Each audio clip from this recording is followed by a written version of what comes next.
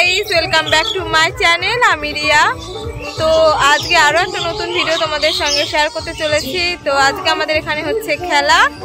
কালকে খেলাটা হওয়ার কথা ছিল, বাট বৃষ্টির জন্য হতে পারেনি। খেলা শুরু হতে যাবে আর ওই মুহূর্তে বৃষ্টি চলে এসেছে, সব একদম ঢিসমিস হয়ে গেছে।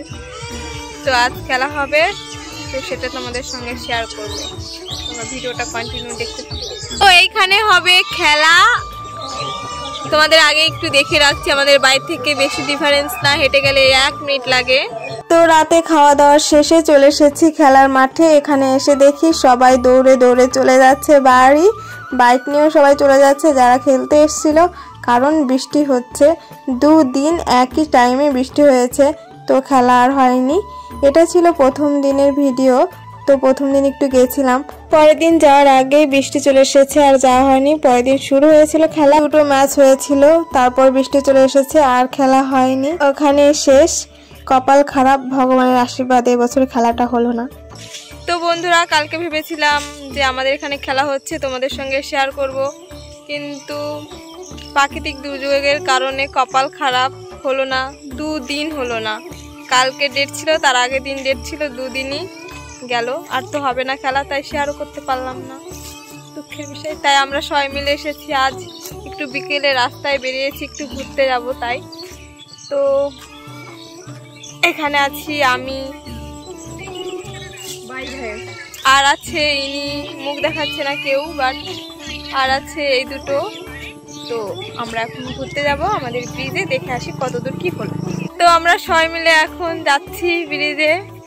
তো তোমরা ভিডিওটা কন্টিনিউ দেখতে থাকো।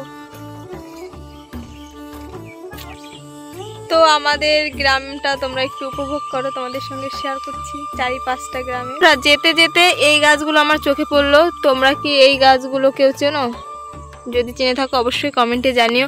আর এই গাছগুলো দেখো, এইগুলো না আমরা পটকা পাতা বলে থাকি। এগুলো ভাজলে ফুলে যায় একদম পটকা মাছের মতো। পটকা মাছ যদিও কখনো খাইনি, সবাই বলে পটকা মাছ, তো ফুলে যায় অনেকটা, গোল গোল হয়ে যায়, এর জন্য আমরা পটকা পাতা বলে থাকি। বাট এগুলো ভেজে খেলে খুব ভালো লাগে। একদিন তোমাদের দেখাবো, ভেজে ভাজবো বাড়িতে, তারপরে তোমাদের সঙ্গে শেয়ার করব কেমন হয় আর কি।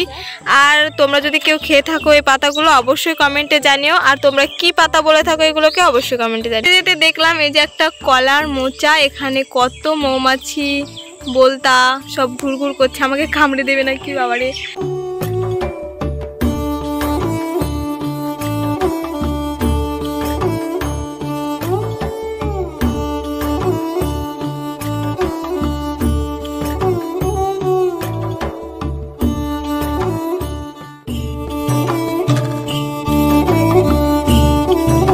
বিকেলে গ্রামের পরিবেশটা দেখো কতটা সুন্দর লাগছে, আর সূর্যটাকে দেখো জাস্ট অসাধারণ, হেবি সুন্দর লাগছে।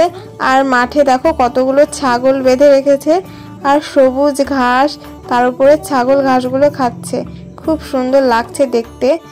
তো আমরা চলে এসেছি ব্রিজের এখানে, আমাদের গন্তব্যস্থল আজকে ব্রিজ। আমাদের এখানে ব্রিজটা হচ্ছে অনেক দিন ধরে, কিন্তু কিছু প্রবলেমের জন্য এখনো কমপ্লিট হয়নি। তো দেখো আমরা ব্রিজে যাই মাঝে মধ্যেই, তোমরা তো সেটা দেখতেও পাও, মাঝে মধ্যে শেয়ার করি, প্রতিদিন হয়তো শেয়ার করি না, কখনো কখনো গেলে। আর এই দেখো জল হয়েছে কত বৃষ্টিতে জলে একদম পাটগুলো ডুবে গেছে। এই পাটগুলো আর হবে না, নষ্ট হয়ে গেছে। আর না, আমাদের এখানে বর্ষাতে জলে জলে ভরে যায়, তখন অনেকটা সুন্দর লাগে দেখতে। তো চলে এসেছি ব্রিজের এখানে আমরা সবাই মিলে। আজ এটাই দেখার যে কেমন কি হলো, কতদিন কেউ হলো ব্রিজটা, যেহেতু আজকে এসেছিল কাজে। তো আজকে এসে এই নিচের ঢালাইটা দিয়েছে, আর এতটাই উঁচু ব্রিজ, আর এখান দিয়ে যাওয়া আসার জন্য হাঁটা পথ বা সাইকেল নিয়ে যাওয়ার জন্য একটা বাঁশের সেতু বানিয়ে দিয়েছে। তো এখান দিয়ে সবাই যাওয়া আসা করে। তো আমরা এখন বাড়ি চলে যাচ্ছি, আর আমরা এসেছি বলে পেছন পেছন আমার এই পুচকে বুনুটাও চলে এসেছে দৌড়ে দৌড়ে। ও আর বাড়ি থাকতে পারেনি, ওকে রেখে চলে এসেছিলাম আমরা। ওই পেছনে আরেকটাও আছে, তো বাড়ি যাই। আজকে না আমার বুনুর বার্থডে, কিন্তু সেলিব্রেশন করবে না কিছু, শুধু কেক খাওয়ার নিমন্ত্রণ করেছে আমাকে।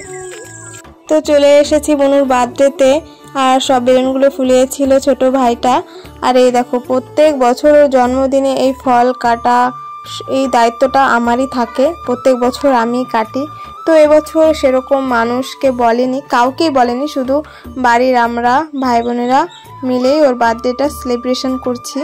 তো তখন তোমাদের বলেছিলাম বুড়ো আমাদের শুধু কেক খাওয়ার নিমন্ত্রণ করেছে, তারপরে ভাত খাওয়ারও নিমন্ত্রণ করেছে, আমাদের মাংস ভাত খাওয়াবে। তখনও জানতাম না, কাকি বলল বাড়ি আসলাম পরে, বোনই আমাকে নিমন্ত্রণ করেছিল। কাকি বলল কাউকে তো তেমন বলিনি, তাই আগে থাকতেই বলিনি, এখন বললাম রাতে আর রান্না করিস না, এখানে খাস, তোরা দুই ভাই বোন। তো আমরা চলে গেছি বোনের বার্থডে সেলিব্রেশন করতে। দেখো আমি সমস্তটা গুছিয়ে নিয়েছি আর চেরি ফল দিয়ে পায়েসটাও ডেকোরেশন করে নিচ্ছি। কেমন হয়েছে বলো? প্রত্যেক বছর এই দায়িত্বটা আমারই থাকে, প্রত্যেক বছরই পাড়ার মানুষকে বলে, মোটামুটি ভালোই করে জন্মদিন পালন, কিন্তু এবছর কাউকেই করেনি। তো টেবিলে যা যা সাজানোর মোটামুটি সবকিছু আমার সাজানো কমপ্লিট। এখন আমার বোনকে বসালে কেক কাটলেই হয়ে যাবে। বোনকে বলেছি একটু ভালোভাবে থাক, তোর একটা ছবি তুলবো। দেখো মুখের অবস্থা কি করছে, এক সেকেন্ডও ঠিকঠাক থাকছে না যে একটা ছবি তুলবো, তো একটাও ছবি তুলতে পারিনি। যাই ভিডিও করেছি একটু ওরে ওই মুখ বেঁকা চাকা বলছি বলে বেশি করছে। প্রথমে কাকি বোনকে ধান দুব্বো দিয়ে আশীর্বাদ করলো, যা যা নিয়ম আছে আমাদের করে নিল, তারপর ঠাকুমা, এরপর আমিও আশীর্বাদ করলাম। কাকি প্রত্যেক বছরই বলে থাকে, কিন্তু আমার লজ্জা লাগে বলে করি না, কিন্তু এবছর তেমন কেউ ছিল না, বাড়ির মানুষই ছিল। দেখো আমার বোন কত বড় হা করে খাচ্ছে, এই জন্য ওকে খেপাচ্ছিলাম। ভিডিওটা কেমন লাগলো অবশ্যই কমেন্টে জানিও, ভালো লাগলে লাইক কমেন্ট শেয়ার করতে ভুলো না। সবাই বোনকে একটু আশীর্বাদ করো, ও যেন ভালো থাকে, সুস্থ থাকে আর অনেক বড় হয়। Happy birthday to you. Happy birthday to you. Happy birthday to you, dear. তো বোনের কেক কাটা কমপ্লিট। বোন প্রথমে কেক নিয়ে ঠাকুমাকে খাইয়ে দিল, তারপর ওর দাদাকে, বড়দাকে মানে আমার ভাইকে, তারপর আমিও ওকে একটু খাইয়ে দিলাম কেক। খুব মানে ঘরোয়াভাবে হলো, আমরা খুব মজা করেছি, তারপর খাওয়া দাওয়া করে নিয়েছিলাম। বোনের জন্মদিন ছিল কালকে, আর এই ভিডিওটা 2-3 দিন মিলে কমপ্লিট করলাম, আজ এডিট করে পোস্ট করছি। তো বোনকে বললাম তোর এই ভিডিওগুলো রেখে দেবো, তুই বড় হয়ে দেখবি তুই কি করতি, দেখো কি করছে।